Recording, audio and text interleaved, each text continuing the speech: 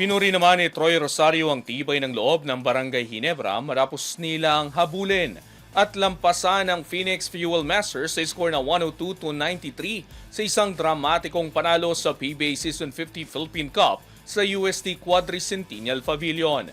Ang ibang detalye alamin sa eksklusibong pag-abante ni Jonas Lavarias.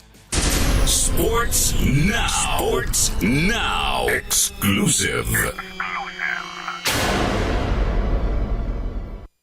Inamin ni Barangay Ginebra forward Troy Rosario na malaking bagay ang ipinakitang tibay ng loob ng Gin Kings matapos maungusan ng Phoenix Fuel Masters 102-93 sa PBA Season 50 Philippine Cup sa UST Quadricentennial Pavilion linggo ng gabi. Bagamat aminadong nagkulang ang Ginebra sa third quarter at simula ng fourth quarter, sinabi ni Rosario sa eksklusibong panayam ng Abante Sports Now na hindi sila nagpatinag. We didn't give up.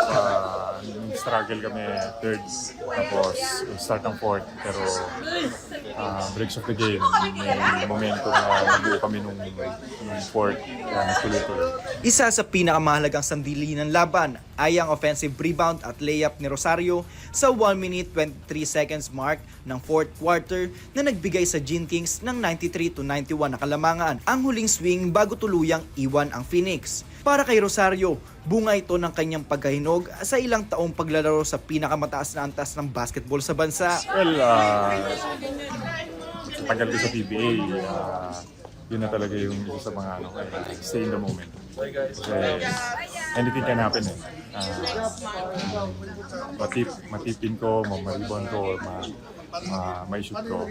It's a big na sa amin kasi crucial part ng game yun eh. So anything na makapag-create ng momentum, maganda sa amin. Mula sa 77-85 na abante ng Phoenix, pinamunuan ni Ron J. Abarrientos ang pagbulusok ng Ginebra sa pamamagitan ng free throws at clutch shots hanggang maitabla ang score sa 91 all.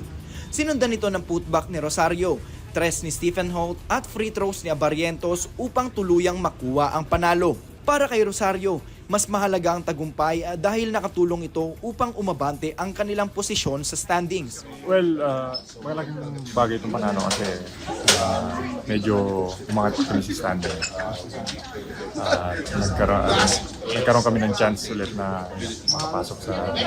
At least may chance pa kami makapasok sa top 4. Nagbuhos si Abarrientos ng 25 points habang nagdagdag ng 19 na puntos, 10 rebounds at 5 assists si Scottie Thompson. Kapwa nag-ambag din sina Holt, Rosario, Jeremiah Gray at Japet Aguilar ng 17, 14, 12 at 11 points. Sa panalong ito, mayroon ng 3-4 na kartada ang Gin Kings, ang ikawalo sa kasalukuyang talaan, at naka-bounce back matapos matalo sa Converge 5er Xers na pinangunahan ni Juan Gomez de Leaño nitong Biyernes. Pinangunahan naman ni Rivero ang Phoenix sa kanyang career high 28 points, ngunit bumagsak sa 3-6 na kartada.